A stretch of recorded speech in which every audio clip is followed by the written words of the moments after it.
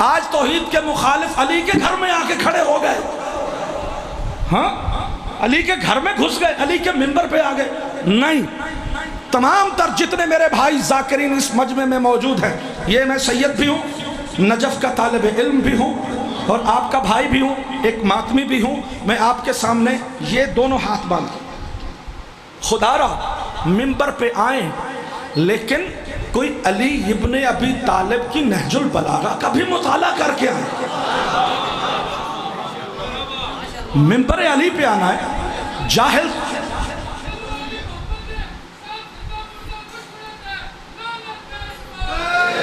دیکھیے کوئی ایسی، دیکھیں میں اصلاحی بات کر رہا ہوں، عزیزان محترم ضرور پڑھیں، آنا ہے منبر پر، علی کی نہج البلاغہ کو پڑھیں، مطالعہ کر کے آئیں۔ جو سامنے بیٹھا ہے نا سن رہا ہے، ظاہر ہے چھٹی تو آپ کو بھی نہیں کہ آپ کو معافی ہے کہ آپ قرآن کی تلاوت نہیں کریں، آپ بھی کریں، آپ بھی نہج البلاغہ کو پڑھیں۔ آپ کا بھی چونکہ شیعہ ہیں، علی والے ہیں، تو یہ ترکہ ہے علی ابن ابی طالب کا، یہی تو ترکہ ہے میرے مولا کا۔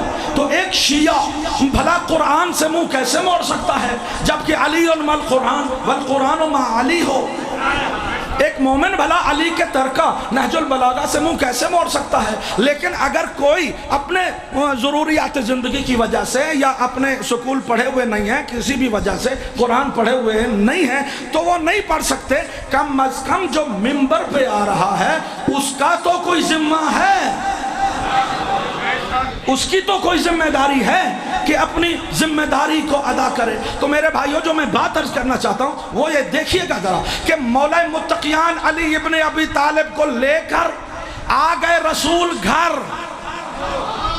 اب رسول علی کو لے کر فاطمہ بنت اسد کے گھر نہیں گئے، جملہ توجہ سے آخری بندے تک۔ رسول نے علی کو لیا خانہ کعبہ سے، کہاں لے کے جانا چاہیے تھا؟ جناب ابو طالب کے گھر۔ خدا کی قسم تاریخ کے ایک لفظ کی ذمہ داری ہے، بی بی فاطمہ بنت اسد کے گھر علی کو لے نہیں گئے، بلکہ علی کو اور علی کی ماں کو اپنے گھر لے گئے، اپنے گھر لے گئے۔ اور ایک جملہ ہے جو تاریخ کے عین لفظ ہے کہ رسول اللہ نے وَضَعَ مَهْدَهُ عِنْدَ فِرَاشِهِ، کہ رسول اللہ نے علی کا جھولا اپنے بستر کے پاس رکھ لیا، علی ابن ابی طالب کا جھولا اپنے بستر کے پاس۔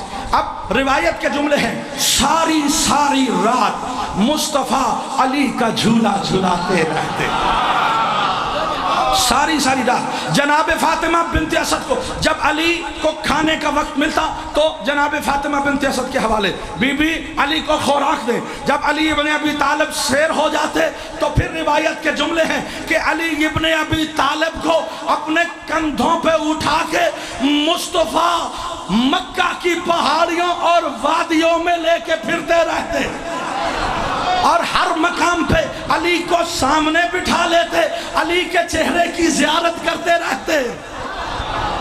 علی ابن ابی طالب یہی تو ارشاد فرماتے ہیں، علی نے کہا کہ مجھے رسول نے علم ایسے عطا کیا جس طرح پرندہ اپنے بچے کو چوگ دیتا ہے۔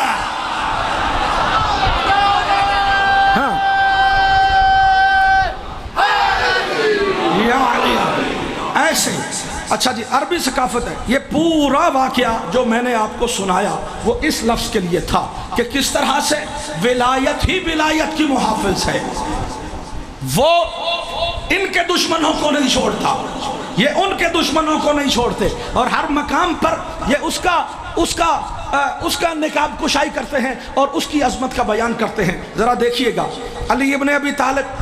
اب عرب کی ثقافت ہے جی، آپ نے نہیں دیکھا، شاید دیکھا ہو، جو زیارت کے لیے جاتے ہیں دیکھا ہوگا، لیکن ہم نے اپنی آنکھوں سے دیکھا کہ عربی ثقافت یہ ہے کہ چھوٹا بچہ جب وہ نونہال ہوتا ہے، ابھی 1 2 3 ماہ کا ہوتا ہے یا چند دن کا ہوتا ہے، تو وہ ایک کپڑے کے ساتھ، لمبا سا کپڑا ہوتا ہے، بچے کو یوں اس کے بازو کر کے نا، اب میری طرف جو نہیں دیکھے گا اسے علی کا وہ فضیلت کا جملہ سمجھ ہی نہیں آئے گا کہ جو میں آپ کی خدمت میں پہاڑ جتنا بڑا جملہ لے کے بیٹھا ہوا ہوں۔ توجہ فرمانا، یوں عربی عورتیں چھوٹے بچے کو، چند دن کے بچے کو یوں باندھ کے نا، یوں سیدھا ٹانگیں، یوں بازو چاروں طرف سے اسے لپیٹ دیتی ہے تاکہ اس کے بازو ادھر ادھر نہ ہو، اس کی ٹانگیں ادھر ادھر نہ ہو۔ یہ ان کی ثقافت ہے کہ ایسے وہ پوری طرح لپیٹ دیتی ہیں بچے کو۔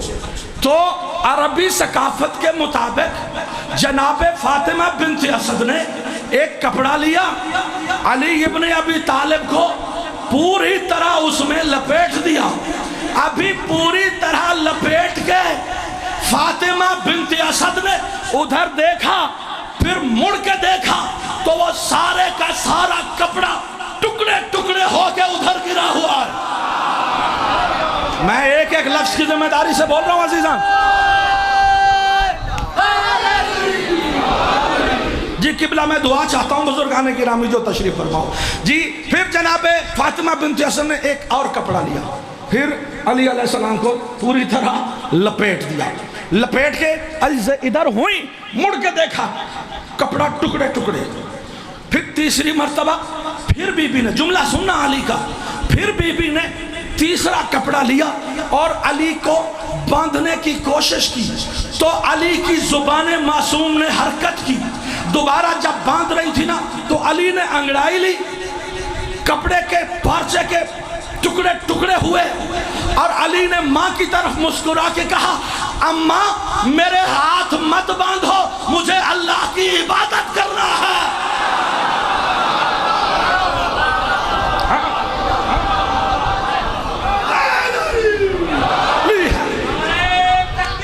اللہ یا رسول اللہ،